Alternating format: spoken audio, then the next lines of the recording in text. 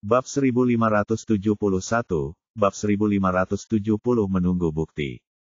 Malam itu, di kantor kelompok investigasi khusus. Informasi tentang Li Feifan dan kru filmnya dikirim ke komputer canggih oleh berbagai kelompok investigasi seperti kepingan salju, membuat Zhao Yu merasa sedikit terpesona. Dia benar-benar tidak terbiasa dengan metode pengumpulan informasi yang canggih seperti itu. Meskipun cepat dan nyaman, karena informasinya terus diperbarui, Zhao Yu merasa tidak dapat berkonsentrasi. Sebagai perbandingan, ia lebih suka membaca laporan kertas tradisional, yang terasa lebih jelas. Namun, waktu terus berubah, dan Zhao Yu berusaha keras untuk beradaptasi dengan kecepatan ini. Begitu menerima pesan, ia segera membukanya untuk memeriksa dan membandingkan informasi yang relevan berdasarkan kategori. Dalam kasus ini, keuntungan dari perangkat elektronik sudah jelas. Setelah Zhao Yu memperoleh informasi seseorang, ia dapat segera membandingkannya dengan video kasus pembunuhan, dan dengan cepat menyingkirkan tersangka. Begitu saja, setelah putaran penyaringan pertama, dia tidak berhasil menemukan tersangka lain di tim Li Feifan. Saat itu, susunan tim film Li Feifan sangat rumit. Anggota timnya datang dari seluruh dunia, termasuk orang-orang dari berbagai grup, perusahaan film, dan studio. Terlebih lagi, karena sifat kru film yang spesial, tingkat pergantian karyawan mereka bahkan lebih tinggi daripada karyawan perusahaan film. Mereka biasanya akan keluar setelah syuting film. Terutama di tahap akhir, karena Li Feifan telah dipromosikan menjadi sutradara terkenal, anggota tim filmnya seringkali berjumlah lebih dari 100. Jumlahnya sangat besar. Selain itu, sudah lama sekali dan catatannya tidak jelas. Sungguh mustahil untuk memeriksa semua orang ini satu persatu. Oleh karena itu, para penyelidik hanya bisa memulai dengan staf yang telah lama bersama Li Feifan dan lebih mengenalnya. Karena profil psikologis penjahat, orang pertama yang mereka selidiki adalah fotografer yang pernah bekerja dengan Li Feifan. Namun, setelah melakukan penyelidikan, Zhao Yu dapat memastikan bahwa tidak ada satupun fotografer yang bekerja dengan Li Feifan yang cocok dengan karakteristik lintasan tersebut. Para fotografer ini sering bepergian antar tim produksi yang berbeda, dan sangat sedikit dari mereka yang dapat mempertahankan hubungan kerja jangka panjang dengan Li Feifan. Singkatnya, tersangka lain yang dicari Zhao Yu belum muncul. Namun, Zhao Yu tampaknya sudah menduga hal ini.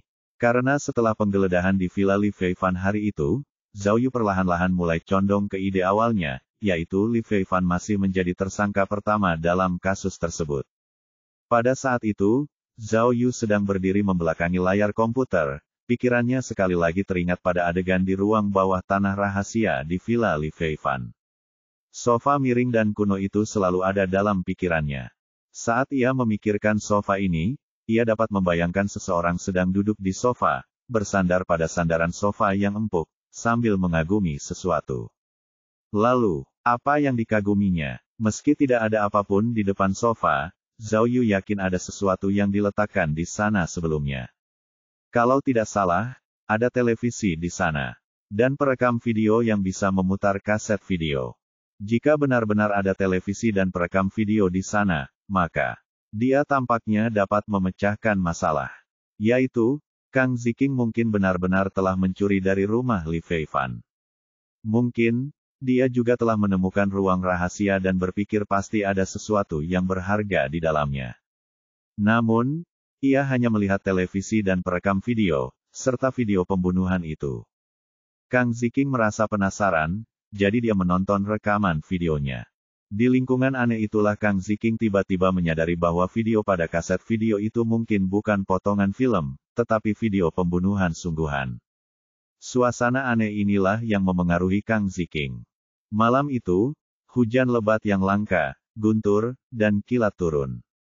Ketika dia melihat video pembunuhan yang sebenarnya di ruang bawah tanah yang terpencil, orang bisa membayangkan betapa mengerikannya itu. Itulah sebabnya dia mengambil risiko untuk kembali ke kota dengan panik. Hujan semakin deras dan Kang Ziking melaju lebih cepat. Selain itu, cuaca tidak baik, yang menyebabkan dia terserang tanah longsor dan jatuh dari tebing. Dengan cara ini, mungkin semua keraguan yang dimilikinya sebelumnya dapat terpecahkan. Sekarang, satu-satunya yang tersisa adalah, mengapa kepribadian Li Feifan sangat berbeda dari profil psikologis si pembunuh berantai? Apakah dia menguraikan masalahnya, atau apakah Li Feifan menyembunyikan sesuatu, atau... Bos, adik Miao ada di sini. Tepat saat Zhao Yu sedang berpikir keras, Cui Lizu tiba-tiba mendorong pintu hingga terbuka dan masuk, diikuti oleh Miao Ying yang baru saja bergegas datang dari Guangzhou. Miao Ying mengenakan seragam. Meskipun dia masih cantik, wajahnya tampak kuyu. Dapat dilihat bahwa Nona Miao tidak banyak beristirahat untuk kasus ini. Mereka sudah datang. Zhao Yu melangkah maju dan memeluk Miao Ying dengan lembut. Aku sudah menyiapkan hotel untukmu, katanya. Kamu harus beristirahat dengan baik malam ini. Kita lihat saja nanti. Miao Ying tersenyum, lalu langsung ke pokok permasalahan. Bagaimana? Ada kemajuan? Zhao Yu mengetahui kegigihan Miao Ying, jadi dia segera memberitahunya situasi terkini kasus tersebut. Setelah Miao Ying mendengar ini, dia juga berpikir keras seperti Zhao Yu. Dia juga merasa bahwa Li Feifan adalah tersangka terbesar. Hal ini disebabkan, di antara tersangka lain yang sedang diselidiki saat ini, tidak ada orang lain yang tinggal di wilayah Moonbei. Jika ada tersangka lain, akan sulit menjelaskan mengapa Kang Ziking pergi ke Great Moonbei malam itu. Mobil, bukan, kata Zhao Yu dingin. Ia kemudian menyalakan layar besar dan menggesernya beberapa kali, membuka folder yang bertuliskan kata mobil. Ia berkata kepada Miao Ying, aku sudah mengirim orang untuk menyelidiki mobil Li Feifan dan istrinya secara mendetail. Lihatlah, kata Zhao Yu sambil membuka informasi itu. Dari tahun 1999 hingga 2006, pasangan itu mengganti 17 mobil, termasuk mobil mewah dan mobil khusus. Jika Li Feifan benar-benar pembunuhnya, kata Zhao Yu, maka mobil yang dia gunakan untuk menculik gadis itu pasti salah satu dari 17 mobil ini. Mobil sport atau mobil yang sangat mahal bisa dikesampingkan. Miao Ying berkata tanpa berpikir, banyak tempat kejadian perkara yang masih belum jelas, jadi kita harus fokus pada SUV. Ya, Zhao Yu mengangguk, tetapi tidak hanya itu, kasus pembunuhan melalui video telah berlangsung selama bertahun-tahun, dan dia mungkin tidak hanya menggunakan satu mobil untuk melakukan kejahatannya. Ide saya adalah hanya melihat yang terakhir. Zhao Yu membuka data di layar dan menunjuk ke satu set data. Pada tahun 2006, pada hari ke-15 setelah kecelakaan mobil Kang Ziking di Moonbei, sebuah mobil Honda CR-V atas nama Li Feifan dilaporkan hilang. Dikatakan bahwa mobil itu dicuri, dan belum ditemukan hingga sekarang. Tidakkah menurutmu ini terlalu kebetulan? Oh, mobil itu mobil Li Feifan. Rekaman videonya hilang. Dia khawatir seseorang akan menelepon polisi dan menemukan informasi tentang korban dari mobil itu. Jadi dia membuang mobil itu dan berbohong bahwa dia kehilangannya. Sebenarnya, kata Zhao Yu, selain mobil, kita punya bukti lain yang bisa membantu kita mendapatkan poin. Oh, bukti apa? Miao Ying dan Cui Lizu bertanya bersamaan. Aku juga sedang menunggu bukti ini. Zhao Yu menunjuk ke layar besar dan berkata dengan misterius, tim teknis seharusnya sudah selesai mengumpulkan informasi tentang ruang bawah tanah rahasia Li Feifan sekarang, kan? Saya menunggu. Mereka mengirimkan buktinya. Bab 1572, dipaksa untuk menyerang.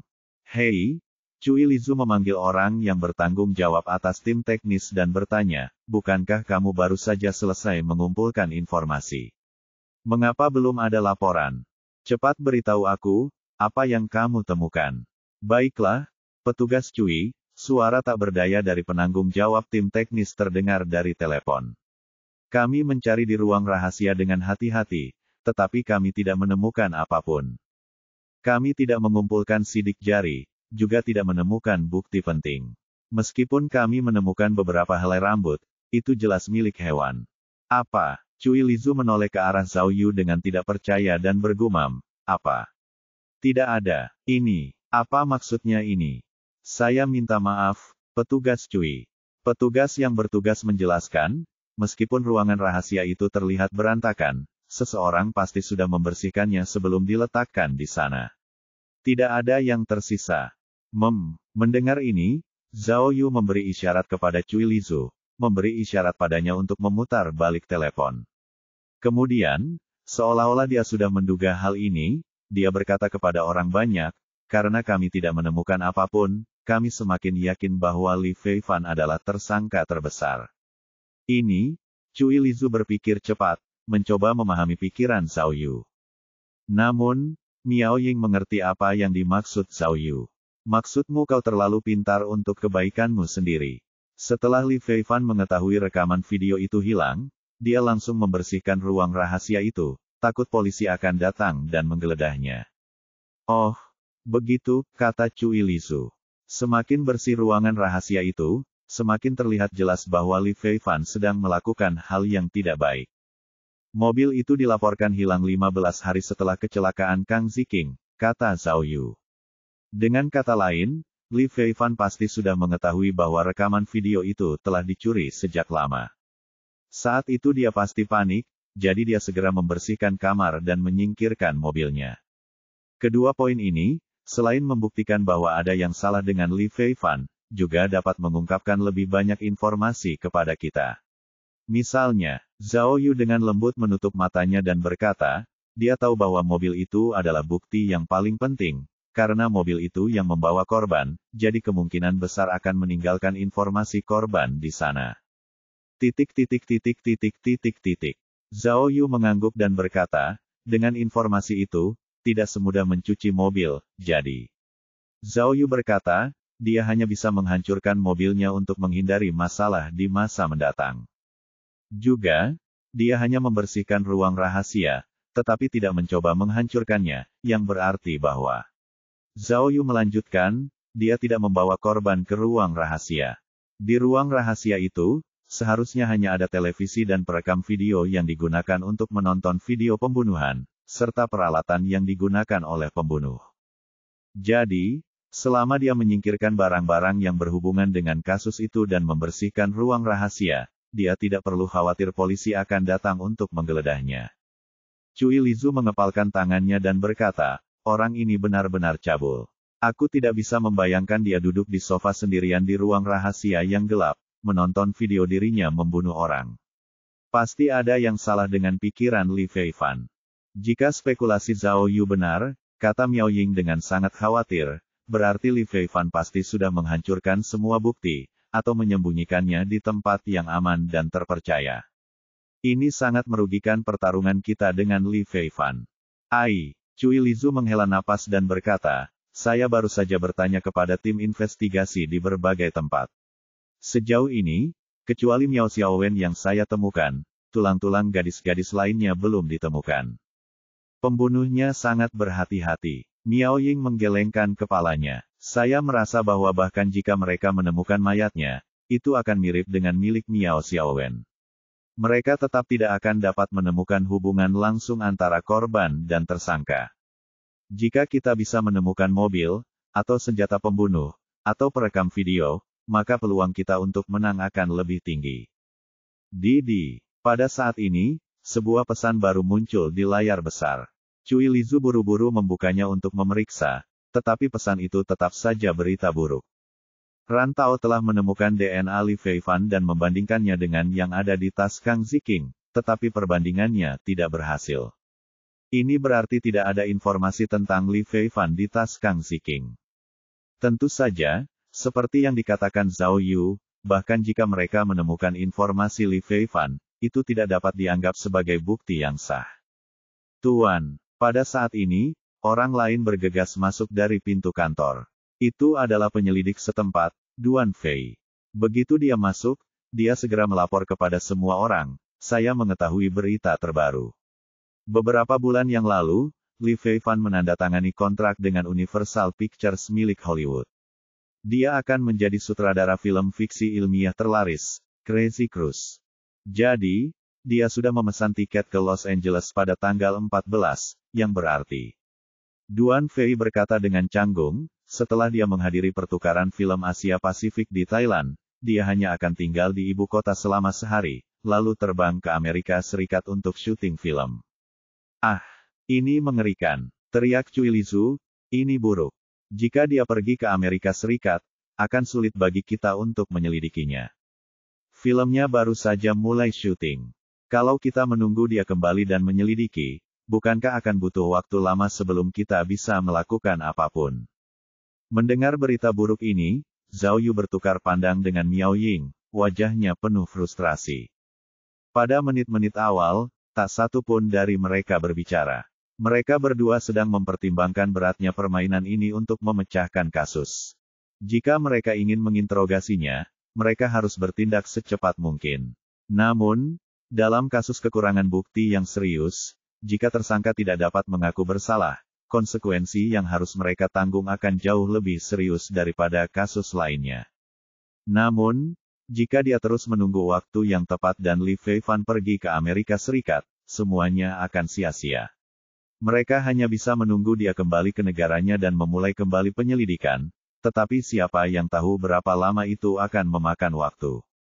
Apa yang harus dilakukan? Zhao Yu dan Miao Ying sama-sama menyadari taruhannya, jadi tidak ada yang lebih bimbang daripada mereka. Astaga! Akhirnya, setelah berpikir sejenak, Zhao Yu mengepalkan tinjunya dan membanting meja dengan keras, lalu berkata dengan tegas, ketika kita bertemu di jalan sempit, yang pemberani menang. Ayo kita lawan dia.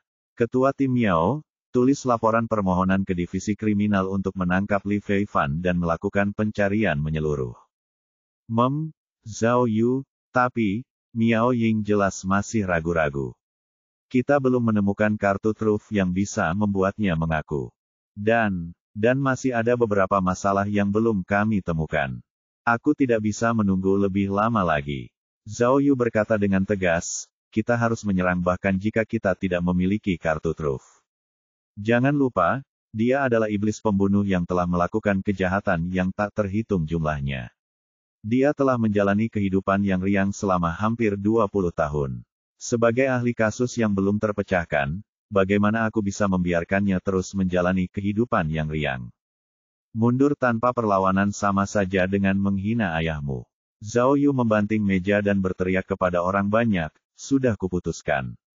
Begitu Li Feifan turun dari pesawat, kita akan bertindak. Masih ada 2 hari lagi.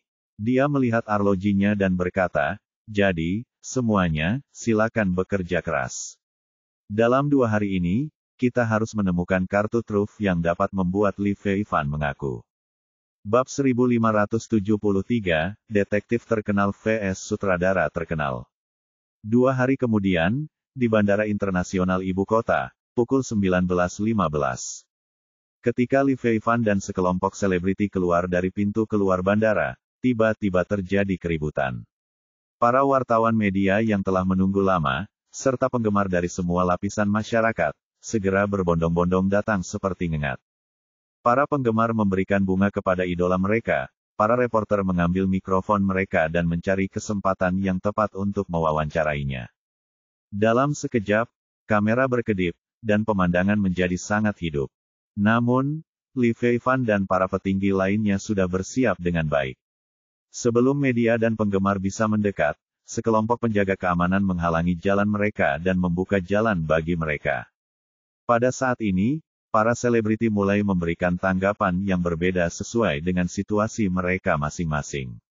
Sebagian orang merasa lelah setelah perjalanan dan tidak ingin tinggal lama, sehingga mereka menundukkan kepala dan menyelinap keluar dari lorong. Dan beberapa orang, karena mereka perlu diekspos dalam waktu dekat, secara selektif menerima wawancara media, atau bertemu dengan penggemarnya untuk meminta tanda tangan dan berfoto. Gara-gara berita bahwa ia akan pergi ke Hollywood untuk syuting, sutradara Li Feifan yang sempat menjadi sorotan di bursa film ini pun merasa senang. Ia tidak hanya menerima bunga yang dikirim penggemar di tempat, tetapi juga menerima wawancara penting dengan wartawan. Tidak diragukan lagi bahwa Li Feifan adalah orang yang paling terkenal dan berpengaruh di antara semua orang penting. Jika dulu begitu, dia tidak akan menerima wawancara sesuka hati. Para wartawan melihat bahwa ini adalah kesempatan langka, jadi mereka mengerumuni Li Feifan seperti segerombolan lebah, yang langsung membuat bintang film lainnya merasa sangat malu. Li Feifan berbicara terus terang dan percaya diri di depan kamera wawancara. Ia belajar dari pengalaman yang diperolehnya di pertemuan pertukaran hingga detail pembuatan film Hollywood. Sutradara besar itu berbicara dan tertawa, dan ia lucu dan jenaka. Ia menerima tepuk tangan meriah dari para reporter dan penggemar. Sutradara Lee juga sangat gembira hari ini. Ia mengatakan bahwa ia akan melakukan yang terbaik untuk membuat film yang ditunggu-tunggu ini dan memenangkan kejayaan bagi industri film nasional. Ia akan membiarkan para penggemar di seluruh dunia melihat buatan Tiongkok, tidak hanya sebagai produk komersial, tetapi juga sebuah mahakarya sastra. Ketika para selebriti melihat bahwa sutradara Lee begitu bersemangat hari ini, mereka semua berkumpul di sekelilingnya di akhir wawancara dan memberinya restu dan dorongan. Namun, meskipun semua orang tersenyum, mereka semua memiliki pikiran mereka sendiri. Beberapa ingin mengambil kesempatan untuk menjilat sutradara Lee, beberapa orang meneriakkan di belakangnya, berharap box office-nya akan gagal, bahkan ada orang yang sengaja mencuri perhatian dan menyalahkan Lee Fei-fan karena mencuri perhatian mereka. Wawancara berlangsung selama lebih dari 20 menit sebelum Lee Fei-fan meninggalkan bandara dengan peringatan dari asistennya. Ia berjalan di sepanjang lorong yang dibangun oleh petugas keamanan dan langsung menuju ke armada mobilnya. Meskipun pertukaran film Asia Pasifik merupakan acara tingkat tinggi, namun bukan pertemuan umum. Oleh karena itu, Lee Fei-fan tidak membawa banyak orang, hanya 2 asisten dan 2 pengawal. Saat ini, mobil dinas Elva miliknya sudah menunggu di pinggir jalan di luar bandara.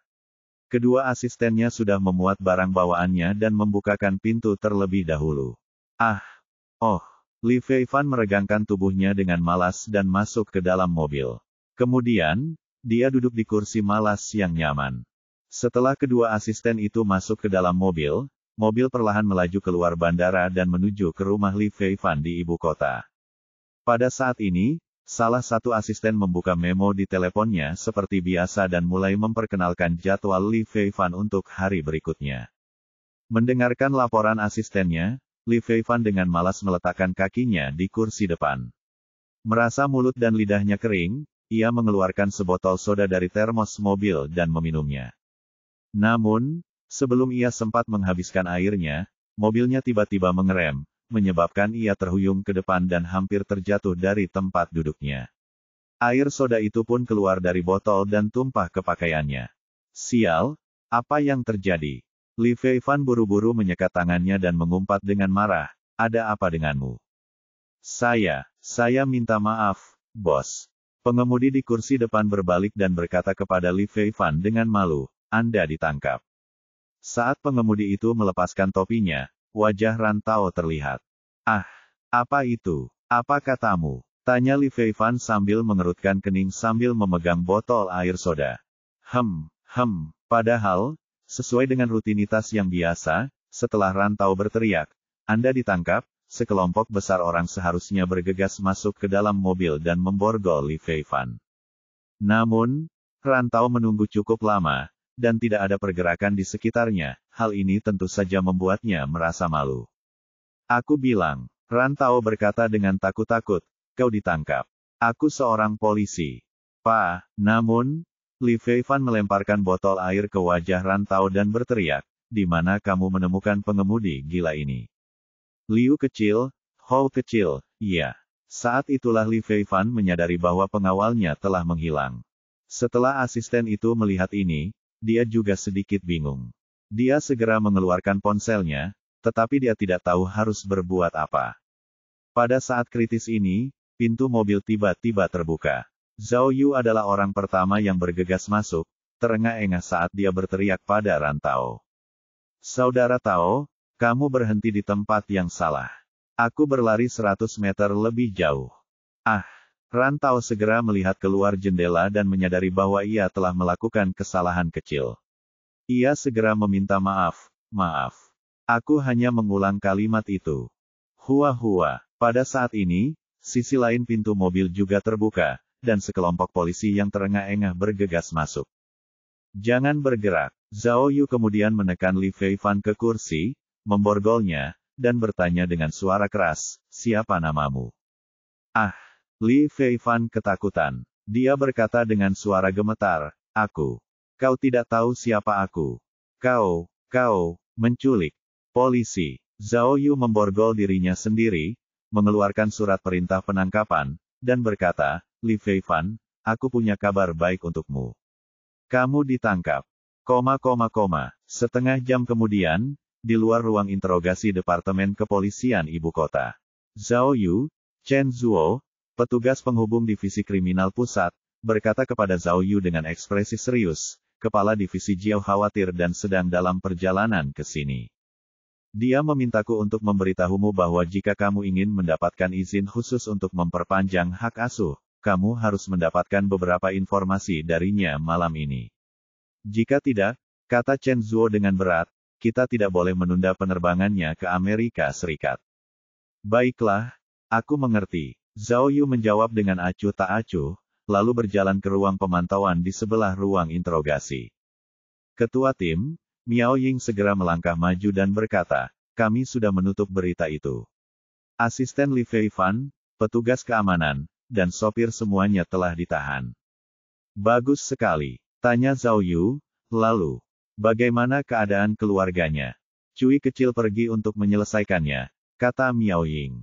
Putra Li Feifan tinggal di sekolah, dan istrinya, Yun Duoer, sendirian di rumah. Cui sedang memeriksa apakah ada paparazi di sekitar sini. Dia akan memanggil orang-orang setelah memastikan bahwa keadaan aman. Zhao Yu mengangguk, lalu berkata pada Miao Ying, kesaksian istrinya juga merupakan bagian yang sangat penting. Saat dia di sini, aku akan menyerahkan pertanyaan itu padamu. Jika saatnya tiba, Anda tidak perlu bertele-tele dengannya. Langsung ke intinya dan lihat bagaimana reaksinya. Jangan khawatir, aku tahu apa yang harus dilakukan. Miao Ying mengangguk, lalu pergi untuk membuat persiapan. Pemimpin tim, saat ini, Zheng Ke, yang baru saja bergegas dari Feng Ping, muncul di depan Zhao Yu dan berkata, informasi identitas Li Feifan telah dikumpulkan, dan kami juga telah memperoleh informasi fisik untuk perbandingan video. Kali ini, saya telah memanggil semua pakar di negara ini. Kami akan mencoba membandingkan informasi video secepat mungkin. Bagus sekali, lakukanlah. Zhao Yu menepuk bahu Zheng Ke, lalu melambaikan tangan ke Wu Xiumin dan berkata, ayo kita mulai sekarang. Waktu tidak menunggu siapapun. Kita harus membuat iblis pembunuh ini berbicara secepat mungkin. Bab 1574, Reaksi yang tak terduga. Di ruang interogasi yang remang-remang, Li Feifan duduk di kursi interogasi dengan ekspresi tenang. Meski baru pertama kali dalam hidupnya berada di posisi ini, ia tetap terlihat sangat tenang karena sudah banyak berakting dalam film dan drama TV. Ia seperti punya bakat alamiah untuk beradaptasi di tempat yang belum dikenalnya. Dia sama sekali tidak terlihat seperti orang tua yang berusia hampir 60 tahun. Rambutnya yang panjang berkibar tertiup angin, wajahnya cerah, dan temperamen serta penampilannya tidak kalah dari bintang-bintang yang glamor itu. Zhao Yu dan Wu Xiumin memasuki ruang interogasi bersama-sama. Zhao Yu tidak mengikuti aturan umum dalam memperkenalkan situasi, tetapi mengambil setumpuk foto dan mendatangi Li Feifan. Direktur Li, apakah Anda tahu mengapa kami menangkap Anda hari ini? Zhao Yu bertanya, lalu mulai mengatur foto-foto di tangannya. Aku tidak tahu, Li Feifan menjawab dengan acuh tak acuh. Tapi aku tahu bahwa aku punya hak untuk tetap diam dan aku punya hak untuk menunggu pengacaraku. Saat berbicara, Li Feifan melihat wajah Zhao Yu dengan jelas dan bertanya dengan rasa ingin tahu, mengapa aku merasa wajahmu begitu familiar? Sepertinya, kita pernah bertemu sebelumnya. Tentu saja aku tahu, kata Zhao Yu sambil tersenyum.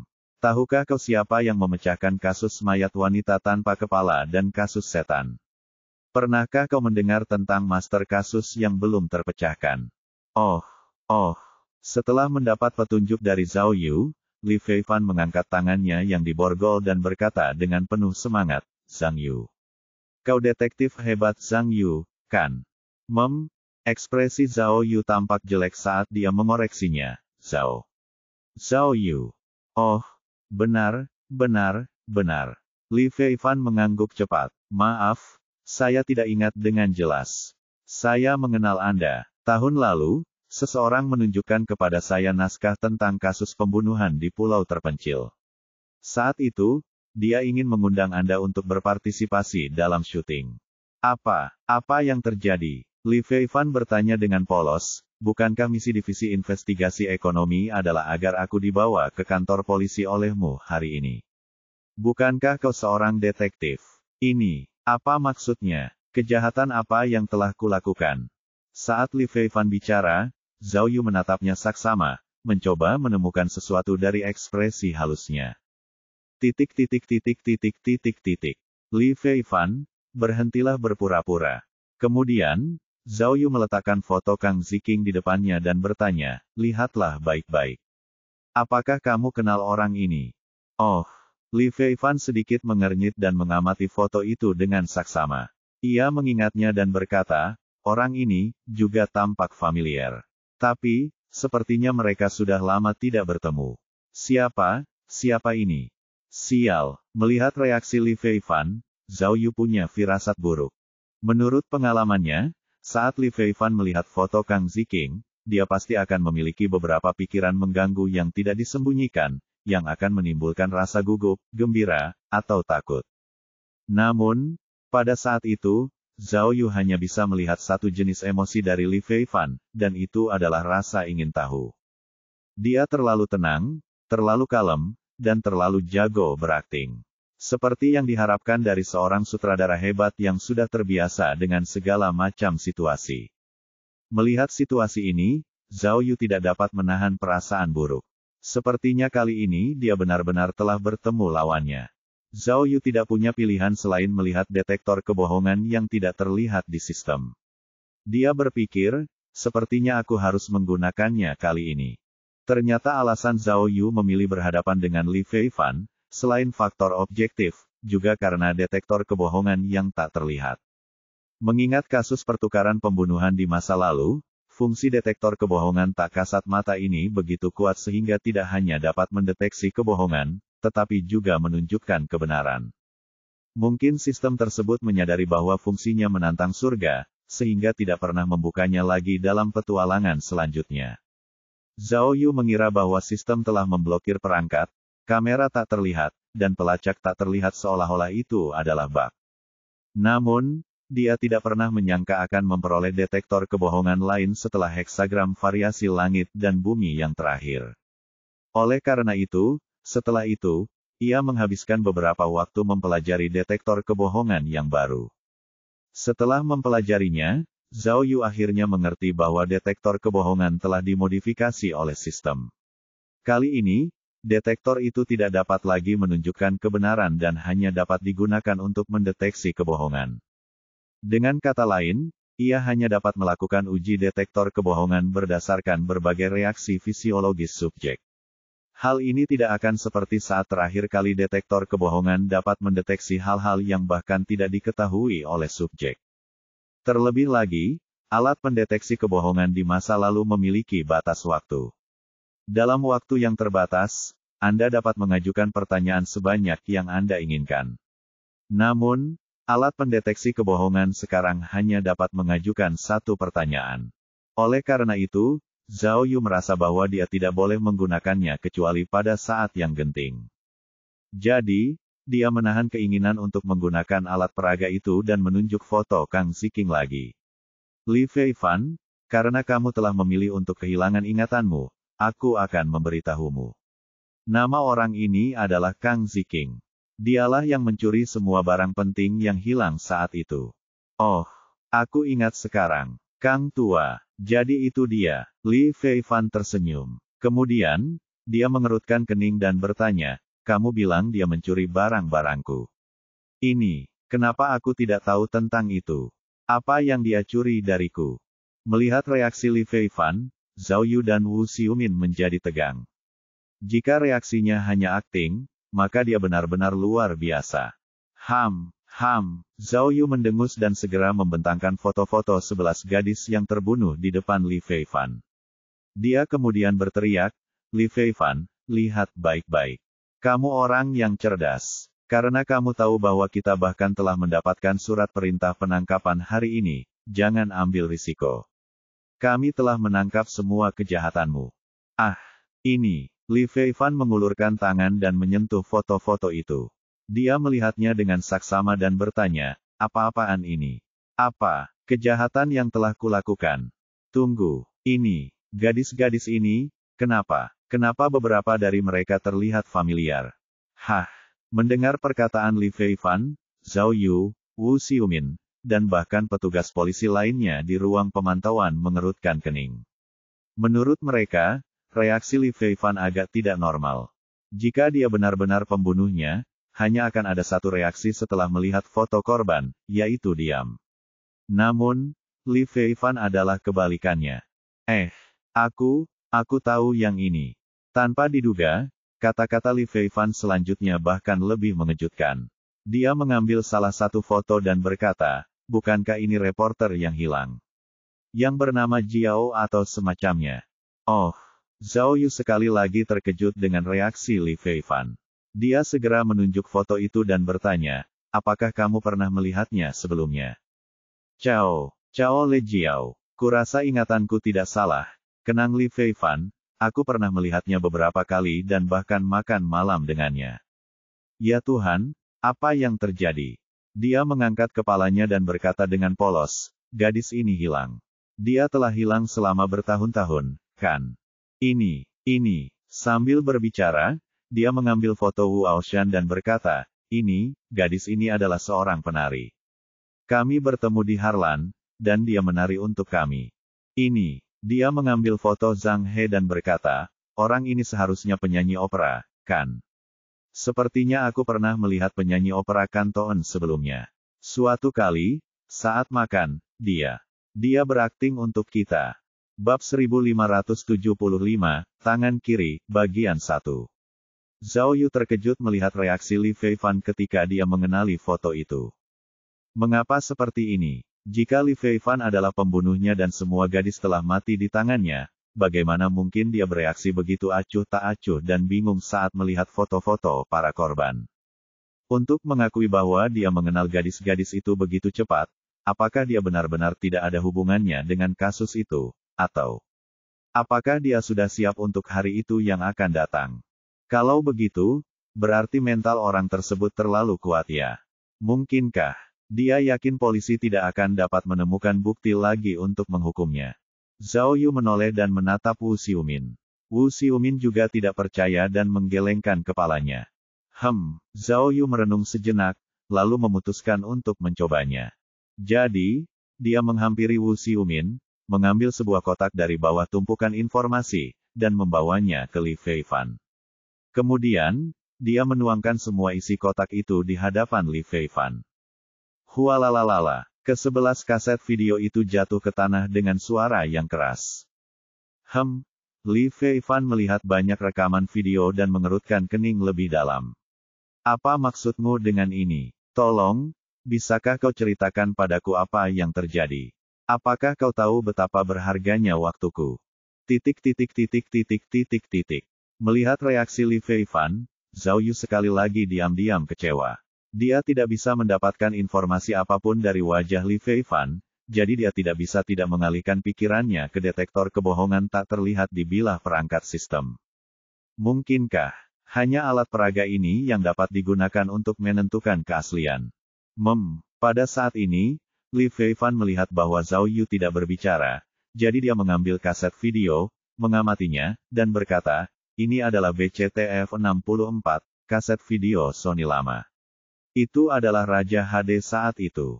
Saya ingat banyak film digital yang direkam dengan kaset video semacam ini. Setelah itu, dia mengangkat kepalanya dan bertanya dengan serius, Pak Polisi, apa maksud Anda dengan memperlihatkan kaset video ini kepada saya? Apa yang terekam di sini? Tanyanya penasaran sambil memainkan salah satu cakram. Apakah ini film yang pernah saya rekam sebelumnya? Zhao Yu menatap Li Feifan yang sedang memainkan kaset video, tiba-tiba tertegun.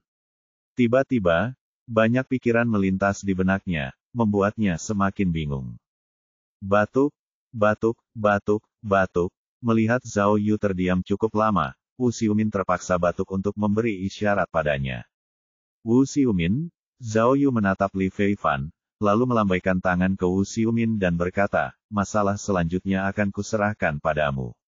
Ah, ini, biasanya, interogasi tersangka penting seperti Li Feifan akan dilakukan oleh Zhao Yu, yang pangkatnya lebih tinggi. Namun, pikiran Zhao Yu jelas tidak tertuju pada interogasi. Melihat ini, Wu Xiumin mengira bahwa tinnitus Zhao Yu telah kambuh lagi.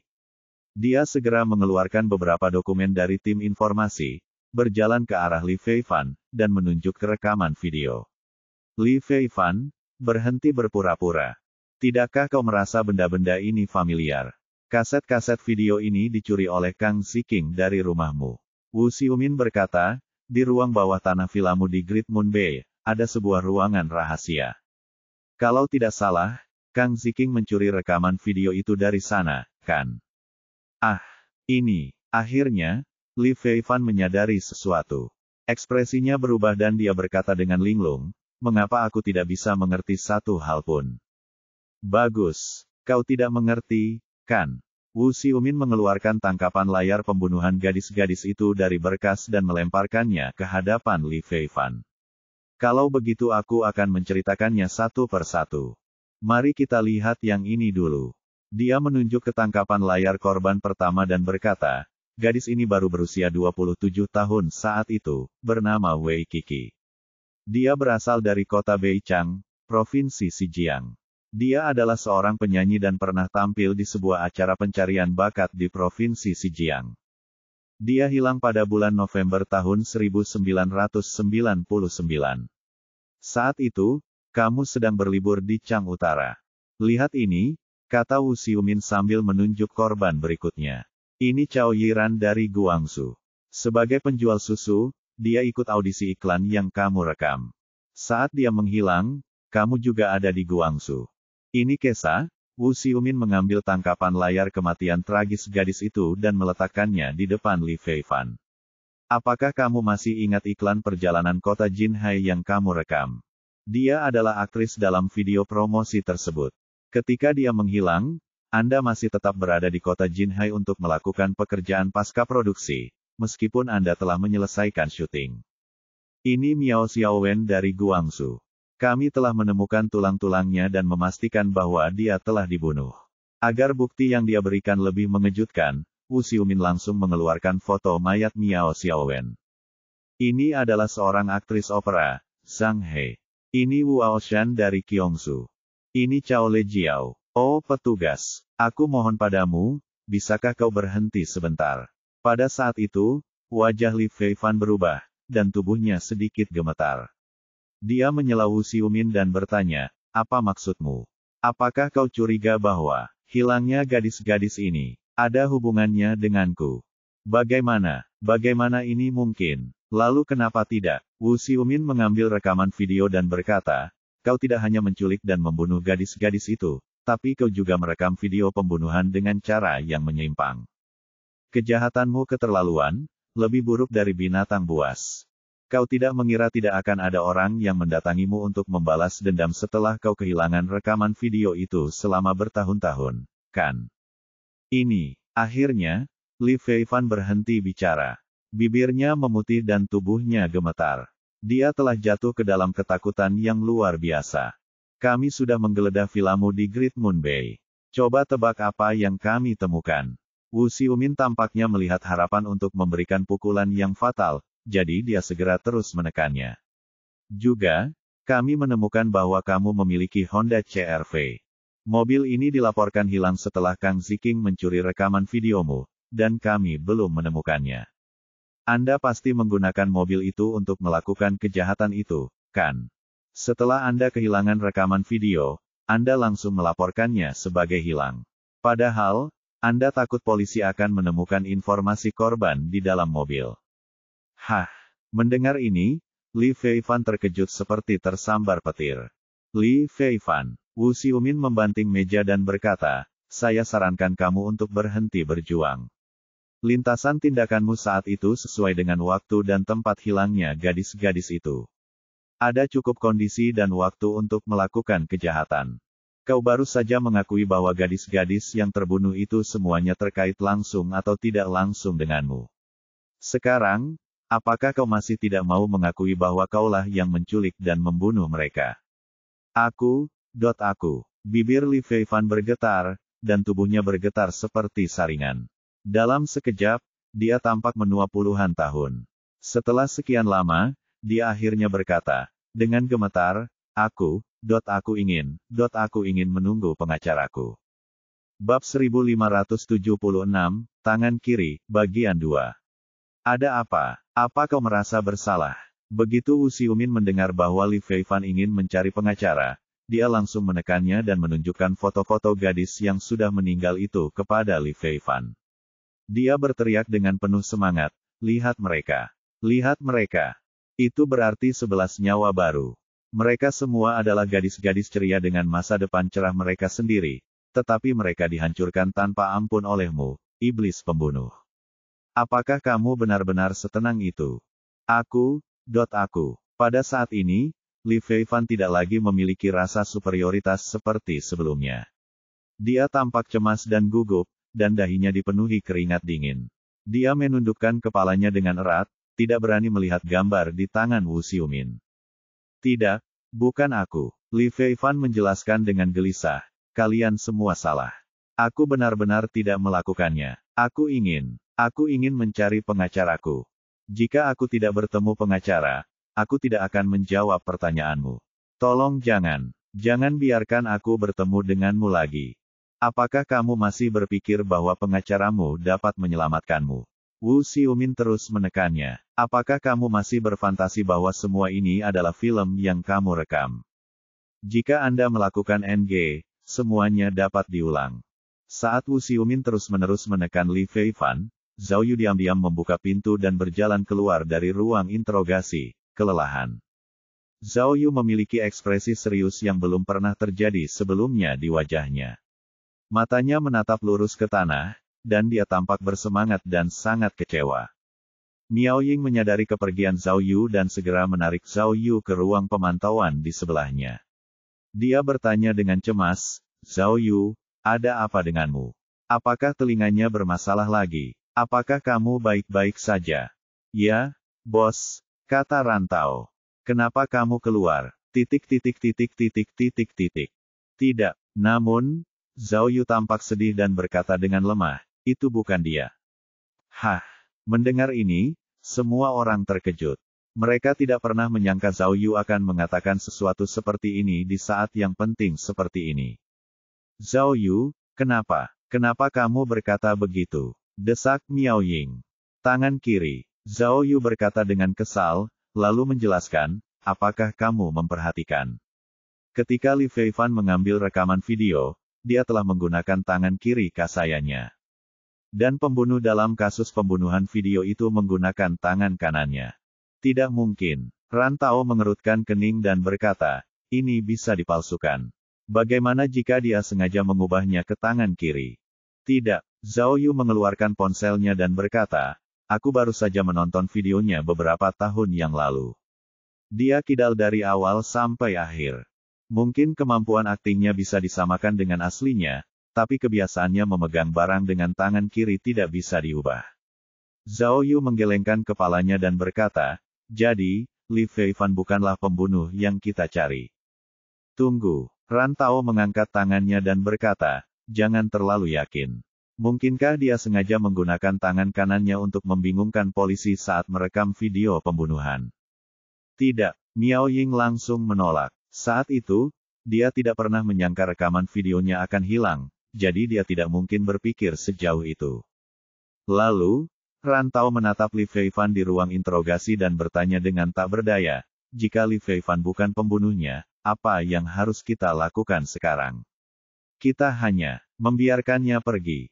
Tidak. Miao Ying menatap Li Feifan dan berkata, bahkan jika pembunuhnya bukan Li Feifan, dia pasti ada hubungannya dengan itu.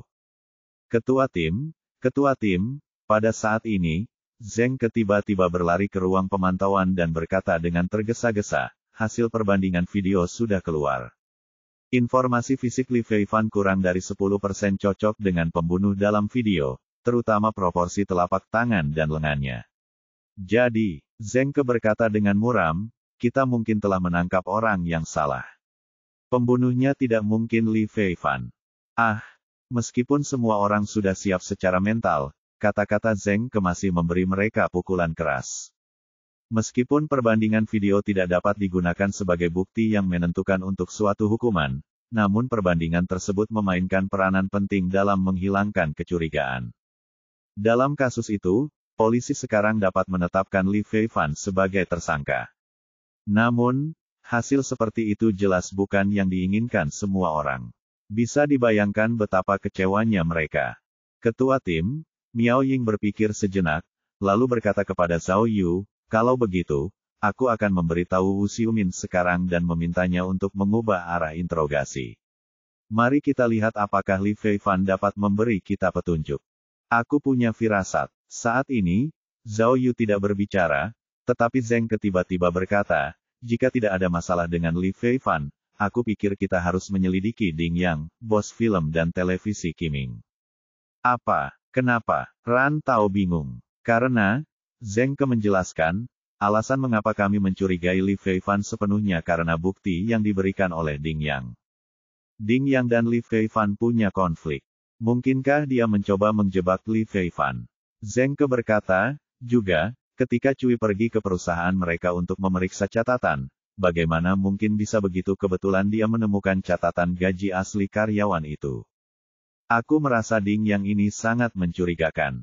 Tetapi, kata Miao Ying, kami sudah menyelidiki orang ini. Selama pembunuhan yang direkam dalam video, orang ini telah menjalankan sebuah perusahaan di West River, jadi dia tidak punya cara untuk melakukan kejahatan itu. Tapi, Miao Ying tiba-tiba teringat sesuatu, matanya pun berbinar. Jika kamu ingin tahu apakah Ding Yang menjebak Li Feifan, kamu hanya perlu menanyakan satu hal. Bukankah Ding Yang mengatakan bahwa Li Feifan adalah orang yang membeli gelar sponsor untuk menyerang? Mari kita minta Wu Xiumin untuk bertanya kepada Li Feifan apakah dia sedang syuting, serangan, atau iklan di Guangzhou. Ide bagus. Ran Tao dan Zheng Ke setuju, dan semua orang menoleh ke arah Zhao Yu. Namun, saat ini, Zhao Yu sedang menatap Li Feifan yang berada di luar layar monitor dengan linglung. Dia mencubit pelipisnya dengan keras, menunjukkan ekspresi kesakitan.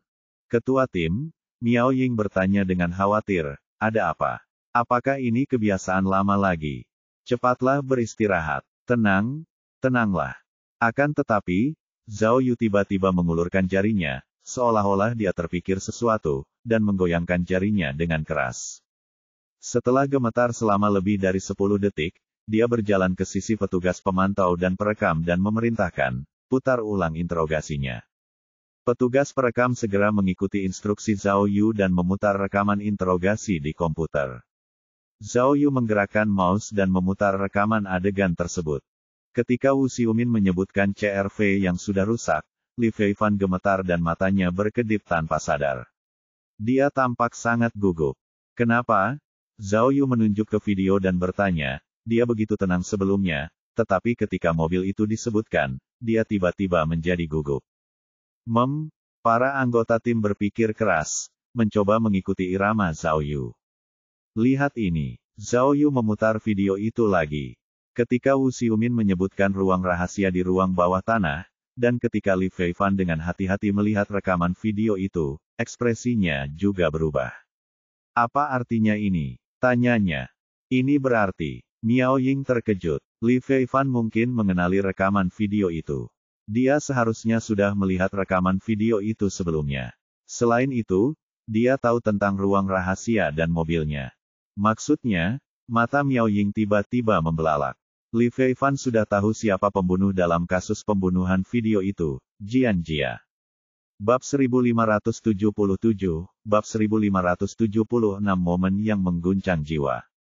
Benar, ya. Ran Tao menepuk kepalanya dan berkata dengan gembira, dia pasti sudah tahu siapa pembunuh dalam kasus pembunuhan video itu. Jika itu benar-benar tidak ada hubungannya dengan dia tidak akan membuat ekspresi seperti itu. Pada saat ini, Miao Ying sudah berlari ke alat komunikasi, mencoba memberitahu Wu Xiumin berita itu, sehingga Wu Xiumin dapat segera mengubah arah interogasi dan mencoba mencari tahu siapa pembunuh sebenarnya dari mulut Li Feifan. Namun, Zhao Yu menghentikannya. Pemimpin tim, Miao Ying terkejut dan menatap Zhao Yu dengan bingung. Mungkin saja, tiba-tiba, Zhao Yu hampir gila. Matanya menatap tajam ke arah Li Feifan yang berada di ruang interogasi, dan bergumam, mungkin saja aku sudah tahu siapa pembunuh sebenarnya. Hah, kerumunan itu terkejut lagi, dan mereka semua menatap Zhao Yu. Miao Ying, kata Zhao Yu tanpa berkedip, seolah-olah dia sedang kesurupan. Karena pembunuhnya tidak memperkosa gadis-gadis itu. Kami membuat dua keputusan saat itu. Yang pertama adalah pembunuhnya tidak memiliki kemampuan untuk melakukan itu, dan yang kedua adalah untuk membalas dendam, bukan? Ada kemungkinan lain, pembunuhnya punya masalah mental yang serius. Miao Ying menambahkan, dia tidak stabil secara mental. Tidak, kata Zhao Yu. Sepertinya kita telah kehilangan kemungkinan lain. Pembunuhnya bisa jadi seorang pelacur. Ah, perkataan Zhao Yu begitu mengejutkan, sehingga semua polisi yang hadir pun terkejut. Wanita, Miao Ying berpikir cepat, matanya dipenuhi dengan keterkejutan. Ya Tuhan, Zhao Yu bertepuk tangan, lalu menunjuk Li Feifan yang berdiri di belakang cermin dan berkata dengan keras, dia melihat rekaman video itu, jadi dia tahu ada ruang rahasia di ruang bawah tanah. Dia juga tahu tentang mobil itu. Jadi, pembunuh sebenarnya pasti orang yang sangat dekat dengannya. Orang ini, siapa lagi? Hah, kerumunan itu kembali terkejut. Miao Ying adalah orang pertama yang menjawab. Menurutmu, apakah pembunuh sebenarnya adalah istri Li Feifan? Tidak mungkin. Ran Tao tercengang. Bukankah istrinya adalah aktris terkenal, Yun Duoer? Aku pernah menonton film-film yang dibintanginya saat aku masih muda. Mungkinkah? Apakah kamu melihat ekspresi Li Feifan? Zhao Yu mengetuk kaca dengan jarinya dan menunjuk keras ke arah Li Feifan. Itu adalah ekspresi kesakitan dan ketidakpercayaan. Secara umum, jika dia sudah tahu siapa pembunuh sebenarnya dalam kasus pembunuhan video itu, dia seharusnya mengatakan yang sebenarnya untuk membuktikan bahwa dia tidak bersalah. Zhao Yu menjadi semakin bersemangat saat berbicara, tetapi dia telah berusaha mencari pengacara. Ini berarti dia ingin menyembunyikan kebenaran dan melindungi pembunuh yang sebenarnya. Dia tidak ingin kita mengetahui nama pembunuh yang sebenarnya. Hal sebesar itu sudah terjadi, tetapi dia masih menolak mengatakan apapun yang berarti. Miao Ying melanjutkan, pembunuhnya adalah keluarga yang paling dia sayangi. Tapi, Yun Duoer, bagaimanapun juga, adalah seorang wanita. Miao Ying tidak dapat mempercayainya. Mengapa kita tidak pernah memikirkan hal ini sebelumnya? Mereka, para ahli video itu semuanya penipu. Kau bahkan tidak bisa membedakan pria dari wanita. Tidak, Zeng keburu-buru menjelaskan, pembunuhnya mengenakan mantel ketat, sarung tangan, dan sepatu olahraga hitam. Berdasarkan petunjuk yang ditunjukkan dalam video saja, mustahil untuk menentukan jenis kelamin pembunuhnya. Hanya saja karena pembunuhnya lebih tinggi dan melihat sifat kasusnya, kemungkinan besar pembunuhnya adalah laki-laki. Hei, aku ingat sekarang. Ran Tao tiba-tiba bertepuk tangan dan berkata, Yun Duoer memulai karirnya sebagai aktris film laga. Dia juga berlatih bela diri di masa mudanya. Tingginya 1,71 meter, dan meskipun dia memiliki bentuk tubuh yang bagus, dia bukanlah tipe gadis yang lemah lembut. Dia memiliki tubuh yang kuat, jadi mungkin saja dia disangka pria. Gadis Jiao Jiao, Miao Ying menggelengkan kepalanya dan tertawa getir. Istilah macam apa itu? Menurutku, itu tidak mungkin salah. Zhao Yu sudah dalam keadaan kaget, dan tubuhnya sedikit gemetar saat berkata, Yun Duoer menghilang setelah dia menikah dengan Li Feifan. Jika dia selalu berada di sisi Li Feifan selama ini, maka dia pasti bisa menghubungi siapapun yang pernah dihubungi Li Feifan. Ayah, tiba-tiba, Ran Tao menepuk kepalanya dan mengatakan sesuatu yang bahkan lebih penting. Aku mendengar dari gosip bahwa sebelum Li Feifan menikah dengan Yun Duoer, dia punya pacar, tetapi mereka berselisih karena Yun Duoer. Meskipun ini adalah pernikahan pertama antara Li Feifan dan Yun Duoer tidak pernah bisa menghilangkan bayang-bayang menjadi simpanan. Oh, jadi, kata Miao Ying, Yun Duoer khawatir tragedi itu akan terulang kembali, jadi. Jadi dia mengambil risiko dan membunuh gadis-gadis yang mencoba mendekati Li Feifan. Itu sangat mungkin. Zhao Yu mengangguk. Dari rekaman pembunuhan, kita bisa melihat bahwa pembunuhnya membunuh dengan emosi. Aku, Zeng sangat takut hingga wajahnya menjadi pucat. Dia berkata tanpa daya, aku akan pergi dan memeriksa informasi Yun Duoer. Tunggu sebentar. Pada saat yang genting, Zhao Yu tiba-tiba memikirkan masalah penting lainnya dan berteriak, oh tidak. Cui kecil. Ini mengerikan. Ketika Zhao Yu mengatakan ini, Miao Ying terkejut. Xiao Cui sedang dalam perjalanan untuk membawa Yun Duoer ke kantor polisi untuk diinterogasi. Sekarang, dia melihat arlojinya. Kamu seharusnya sudah menerimanya sekarang, kan? Sialan. Zhao Yu mengeluarkan ponselnya seperti orang gila dan menekan tombol untuk menelepon Cui Lisu. Wus. Saat dia menunggu panggilan tersambung, jantung Zhao Yu sudah berdebar kencang. Jika Yun Duoer benar-benar pembunuh sebenarnya dalam kasus pembunuhan video, maka dia pasti orang yang sangat berbahaya. Wus. Setelah 6 atau 7 kali dering, panggilan itu akhirnya tersambung. Suara Cui Lisu yang jelas terdengar melalui telepon. Bos, bagaimana? Apakah ada informasi baru? Mendengar suara Cui Lisu, Zhao Yu merasa lega. Cui kecil. Dia menahan dorongan hatinya dan bertanya pada Cui Lisu dengan suara pelan, di mana kamu sekarang? Apakah kamu sudah menjemputnya? Oh, Anda berbicara tentang Nyonya Li. Ya, jawab Cui Lisu.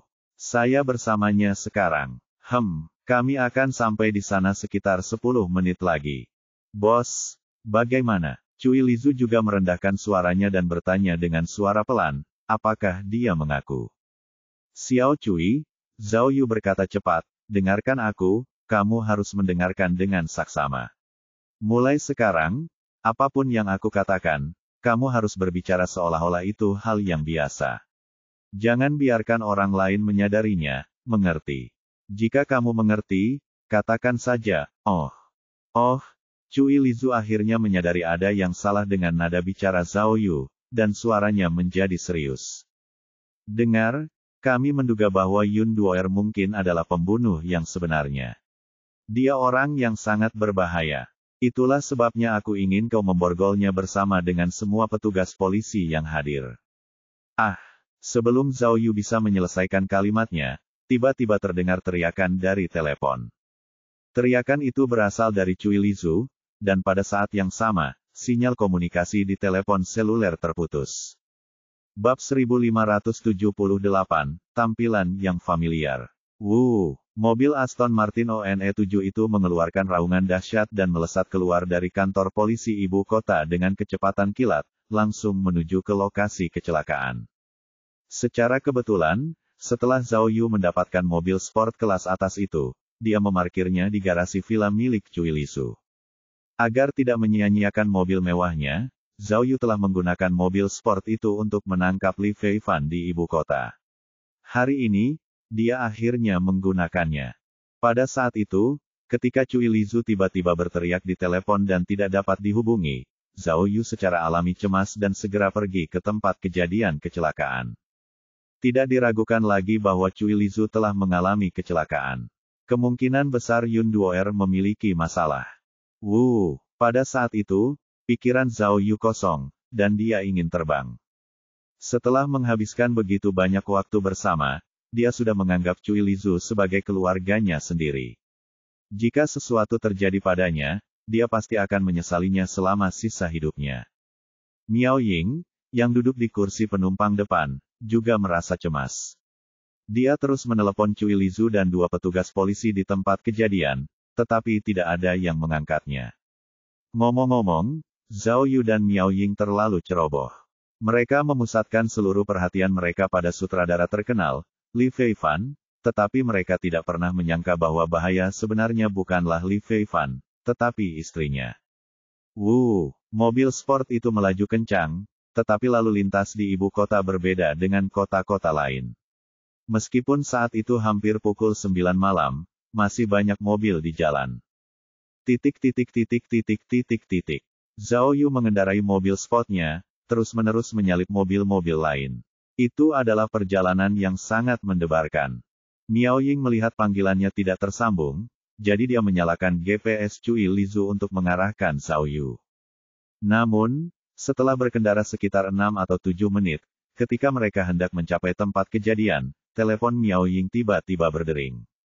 Itu Cui Lizu. Ketika Miao Ying melihat ide penelepon, wajahnya berseri-seri dan dia segera mengangkat telepon. Miao, kakak Miao, suara Cui Lizu yang terengah-engah terdengar dari telepon. Cepat, panggil ambulans. 5 menit kemudian, Aston Martin berhenti di ruang terbuka di garis lingkar luar ibu kota, dan suara dengungan yang memekakkan telinga itu segera berhenti. Zhao Yu dan Miao Ying segera melompat keluar dari mobil dan berlari menuju mobil polisi yang menabrak kebun. Mobil polisi itu melewati pembatas jalan dan melaju kencang ke kebun buah di sebelahnya. Setelah mematahkan beberapa pohon apel berturut-turut, mobil itu akhirnya menabrak pohon besar. Bumper depan mobil penyok, penutup depan retak, dan mesinnya masih berasap. Cui, Miao Ying melihat Cui Lizu yang berada di samping mobil, dan segera menghampirinya. Kamu, apa kabar? Pada saat itu, dia melihat Cui Lizu dan seorang polisi lain setengah jongkok di samping mobil, dan di bawah Cui Lizu ada seorang wanita berpakaian katun hitam.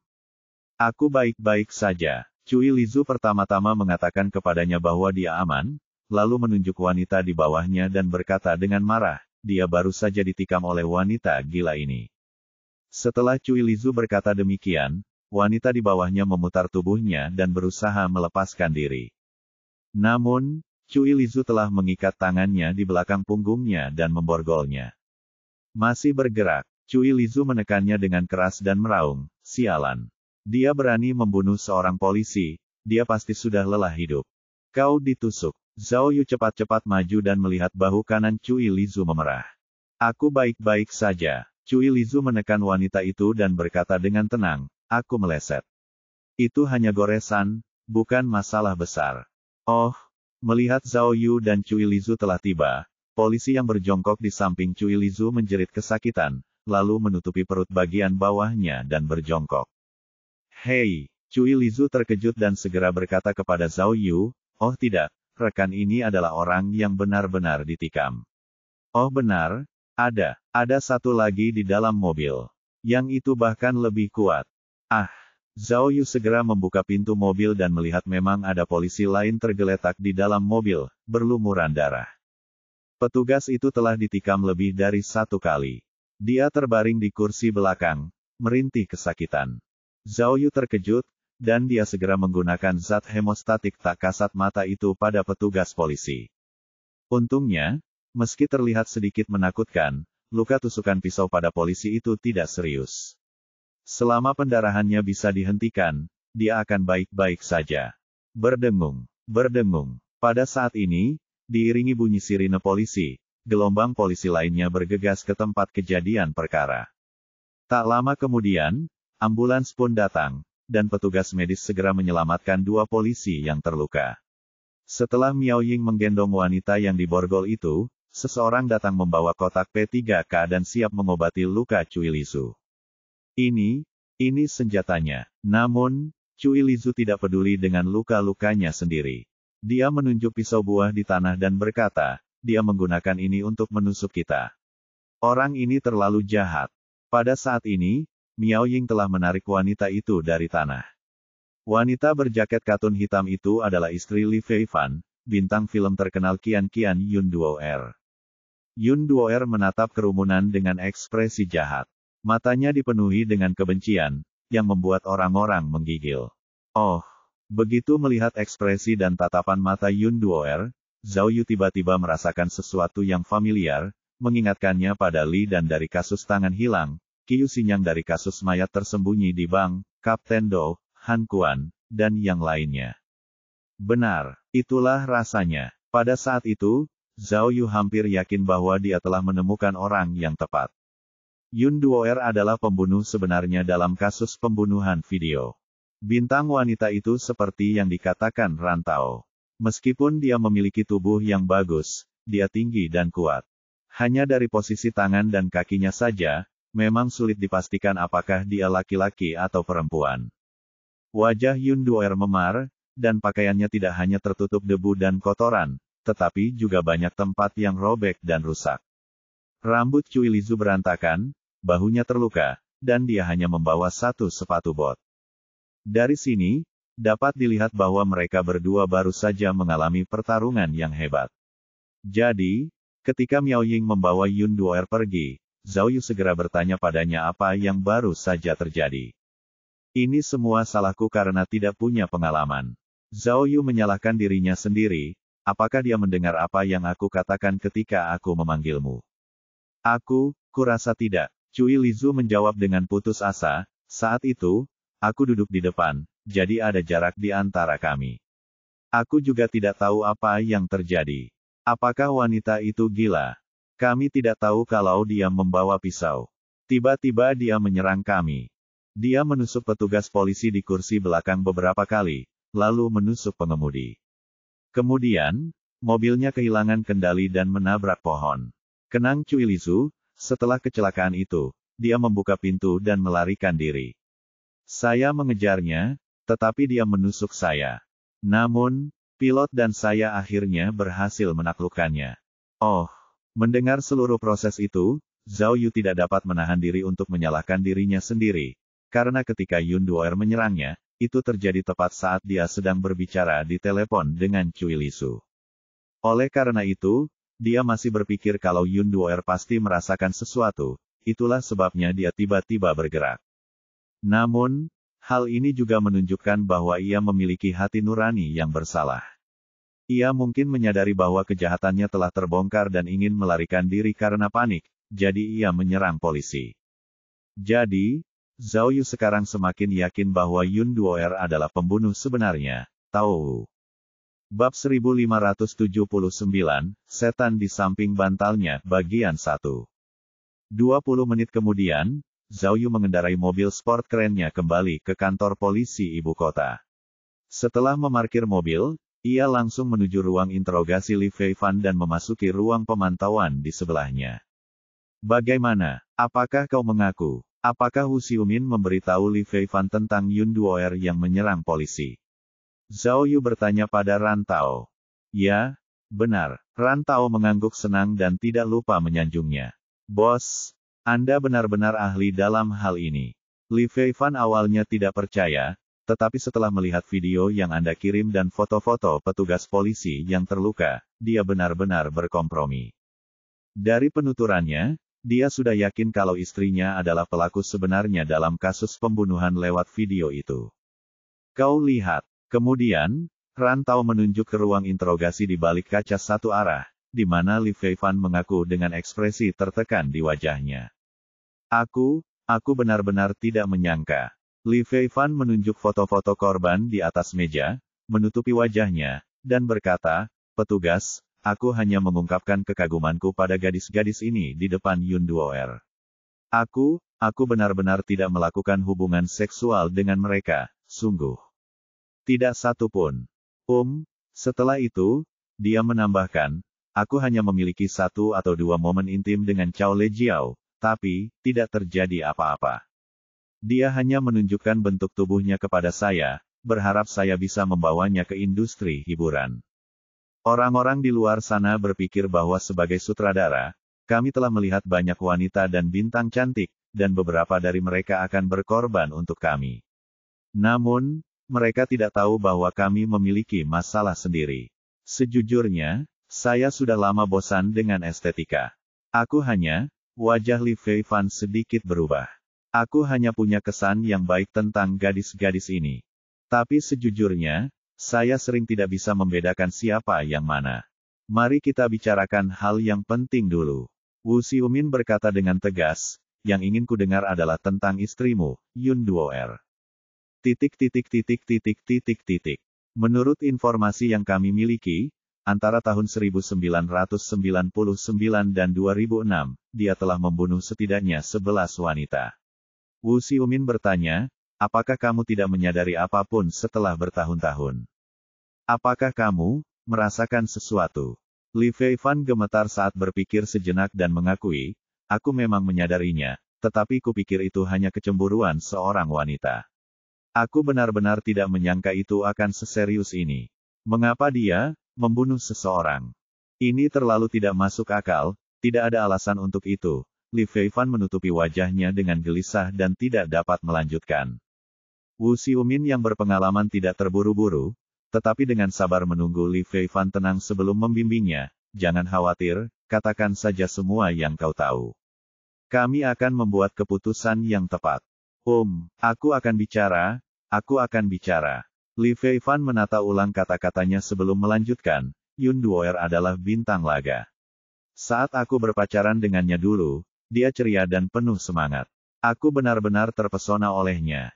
Jadi, saya mengabaikan keberatan keluarga dan teman-teman saya, putus dengan pacar saya, dan menikahinya. Namun, saya tidak tahu apakah itu karena tekanan opini publik. Li Feifan menggelengkan kepalanya tak berdaya dan berkata, setelah dia menikah, kepribadiannya berangsur-angsur berubah. Dia tidak lagi ceria dan bersemangat seperti sebelumnya. Dia menjadi kurang banyak bicara dan selalu tampak seperti ada sesuatu di hatinya yang tidak bisa dia singkirkan. Ini semua salahku. Aku tidak terlalu memperhatikannya saat itu. Selain itu, hubungan kami sebagai suami istri juga selalu baik. Meskipun kami pernah kehilangan gairah di masa lalu, kami masih memiliki pekerjaan yang kami cintai. Akting adalah minat yang sama bagi kami berdua. Pada beberapa tahun pertama, dia selalu menemani saya. Meskipun dia tidak memiliki pekerjaan, dia memberi saya banyak ide. Jadi, kemanapun aku pergi, dia akan ada di sana. Li Feifan mendesah lagi, menunjuk ke foto korban, dan berkata, ketika aku bertemu gadis-gadis ini, bukan hanya dia bersamaku, tapi mereka semua seharusnya ada di sana. Kalian harus tahu bahwa karena sifat pekerjaanku, aku sering berhubungan dengan bintang wanita, aktris, atau gadis cantik. Itu semua adalah hal yang sangat normal. Aku tahu bahwa Yun Duoer, yang selama ini dikenal sebagai pihak ketiga, mungkin sedikit sensitif atau khawatir terhadap wanita lain yang pernah kutemui, tapi dia tidak pernah punya konflik dengan saya karena alasan ini. Dia tidak pernah menunjukkan ketidakpuasan atau bertengkar dengan saya. Itulah sebabnya aku selalu berpikir bahwa dia memahamiku. Kata Li Feifan, tapi kenapa jadi seperti ini? Maksudnya, Wu Xiumin menunjuk foto-foto korban dan bertanya, istrimu, Yun Duoer, telah melihat semua korban. Seharusnya begitu. Tapi aku sudah melihat terlalu banyak gadis, kata Li Feifan. Aku benar-benar tidak dapat mengingat beberapa dari mereka. Kalau begitu mari kita bicarakan apa yang masih kau ingat. Wu Xiumin mengingatkannya. Baiklah, misalnya, Li Feifan mengeluarkan foto aktris opera Zhang He dari foto itu dan berkata, aku ingat waktu di Mei, Yun Duoer dan aku pergi menonton gadis ini mementaskan opera Canton. Saya benar-benar tidak dapat mengingat namanya.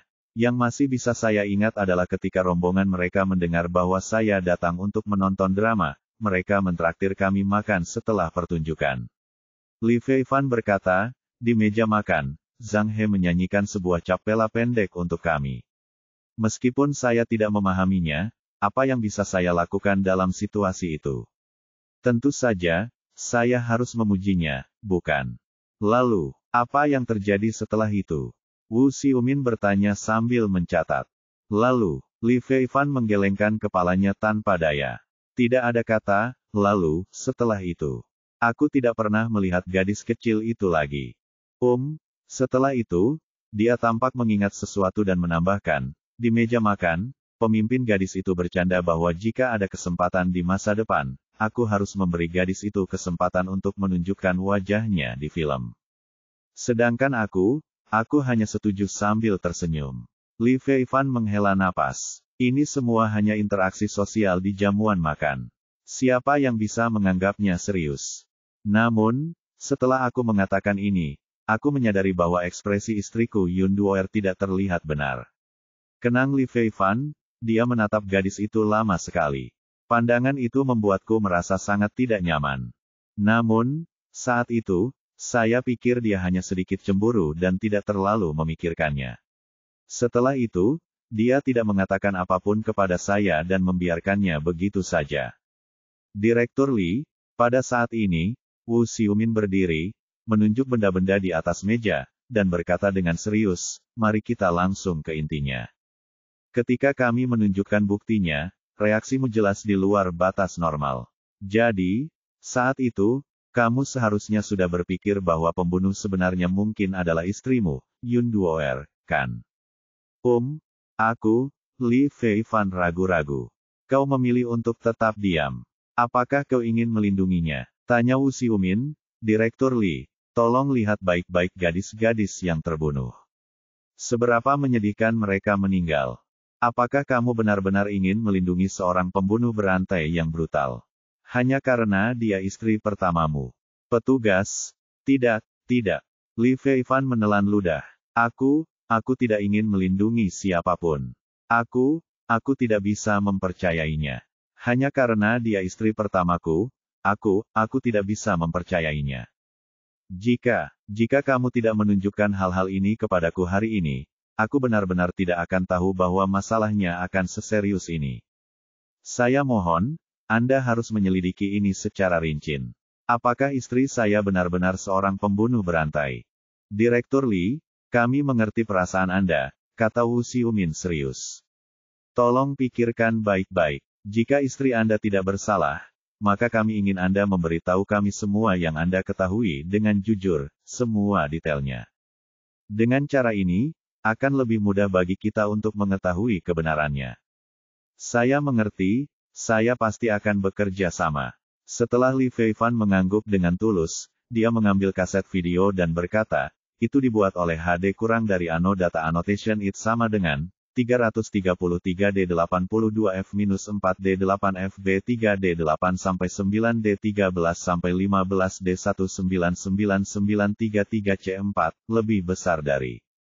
Bab 1580, Setan di dekat bantalnya, bagian 2. Penerjemah, 54969. Ketua tim, tepat saat Zhao Yu mendengarkan pengakuan Li Fei Fan, Zeng tiba-tiba masuk sambil membawa sepotong informasi dan melaporkan, ketua tim Miao telah membawa Yun Duoer ke ruang interogasi di sebelah. Zhao Yu mengangguk dan berkata, kalau begitu, biarkan Miao Ying memulainya terlebih dahulu. Serang saat besinya masih panas. Ini adalah informasi Yun Duoer. Zeng menyerahkan informasi di tangannya kepada Zhao Yu.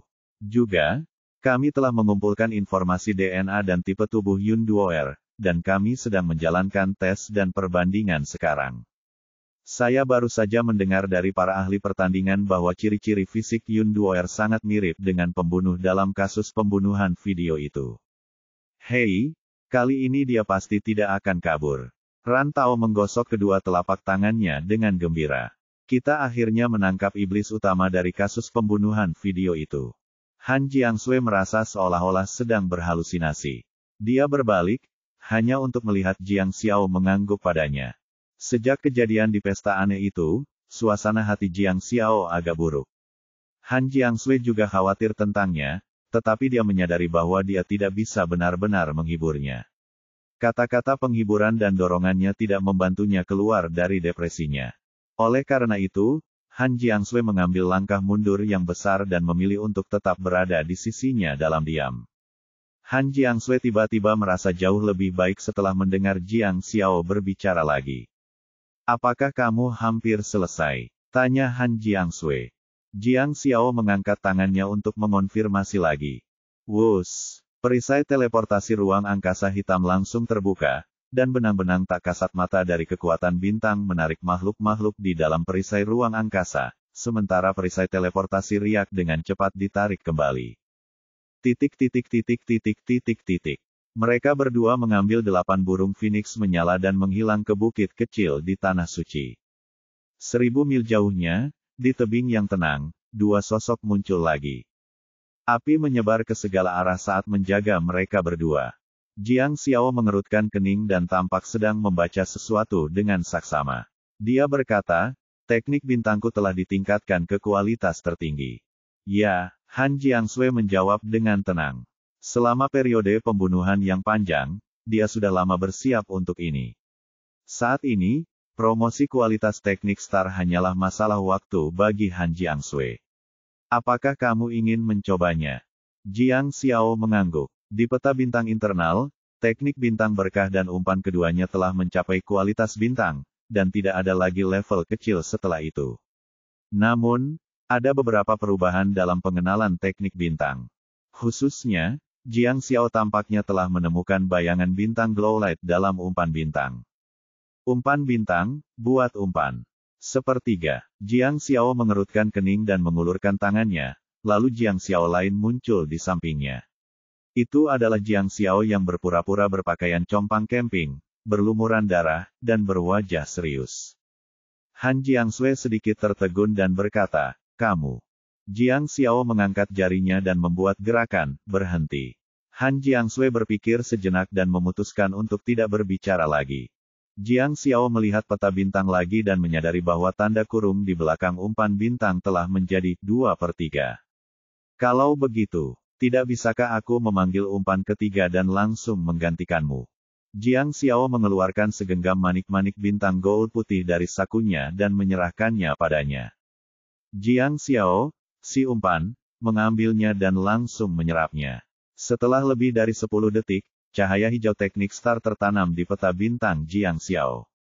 Jiang Xiao menatap umpan di depannya dengan ekspresi cemberut dan menggunakan teknik Star-nya lagi.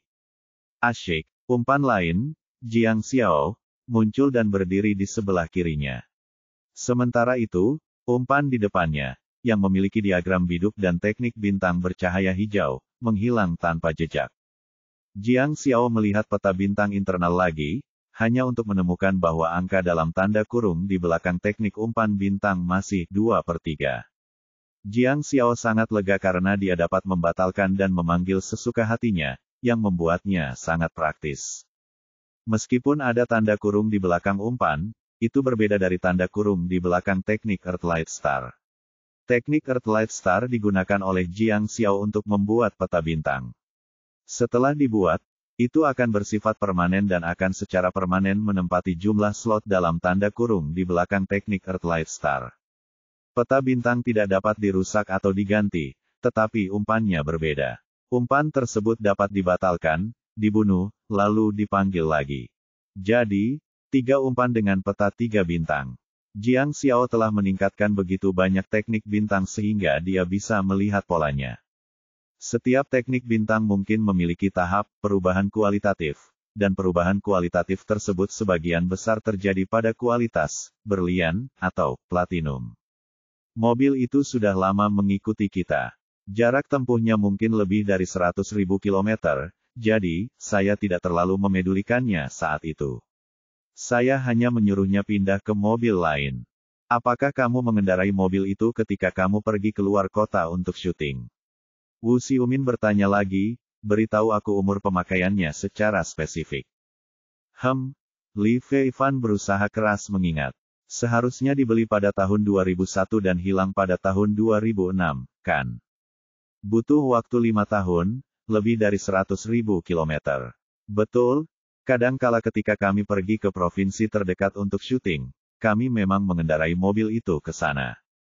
Namun, sebagian besar waktu, asistenlah yang mengemudi. Setelah mendengar pengakuan Li Feifan, Rantau yang berada di ruang pemantauan berkata pada Zhao Yu, ketua tim, kalau kita bisa menemukan mobilnya, tidak akan ada masalah, kan? Jelas sekali bahwa Yun Duoer sengaja menghilangkan mobil itu karena dia telah menggunakannya untuk menculik korban. Dia takut mobil itu akan meninggalkan pesan korban, jadi dia sengaja menghancurkannya. Setelah itu, dia takut tidak bisa menjawab Li Feifan, jadi dia melaporkan kehilangannya. Zhao Yu tidak mengatakan apa-apa, hanya mengangguk dalam diam. Mobil itu dilaporkan hilang di Beichang, yang berarti Yun Duoer kemungkinan besar menghancurkan mobil itu di Beichang. Rantau menebak, tapi, bagaimanapun juga, itu mobil. Tidak akan mudah untuk menghancurkannya, kan? Menurut saya, hanya ada 3 kemungkinan, mencari tempat yang tidak ada orangnya, lalu membakarnya, menggali lubang, dan menguburnya, kalau tidak ada, dia tinggal membuangnya ke sungai atau danau. Membakar mobil akan menyebabkan keluarnya asap, yang akan mudah ditemukan. Yun Duoer hanyalah seorang wanita. Akan terlalu merepotkan untuk menggali lubang besar untuk mengubur mobil. Oleh karena itu, kemungkinan dia melompat ke sungai adalah yang paling tinggi. Bos, haruskah kita menghubungi Bei Chang dan mencari di perairan terdekat? Zhao Yu masih tidak berbicara, namun mengangguk tanpa suara. Melihat Zhao Yu terdiam, Ran Tao menambahkan, tapi, aku sarankan kita menunggu sedikit lebih lama. Lagi pula, Yun Duoer sudah terbongkar. Dia menyerang Cui Lizu dengan pisau, jadi dia pasti merasa bersalah, kan? Nanti, kalau dia mengaku, mobilnya tidak akan begitu penting lagi. Sambil berbicara, dia melihat jam tangannya dan berkata dengan cemas, kurasa Yun Duo seharusnya sudah mengaku sekarang. Kenapa Zeng Ke belum kembali untuk melapor? Ketua tim. Begitu Ran Tao selesai berbicara, Zeng Ke bergegas ke ruang pemantauan dan melapor dengan ekspresi tertekan di wajahnya. Ketua tim, ini buruk. Yun Duoer malu dan menolak untuk mengaku.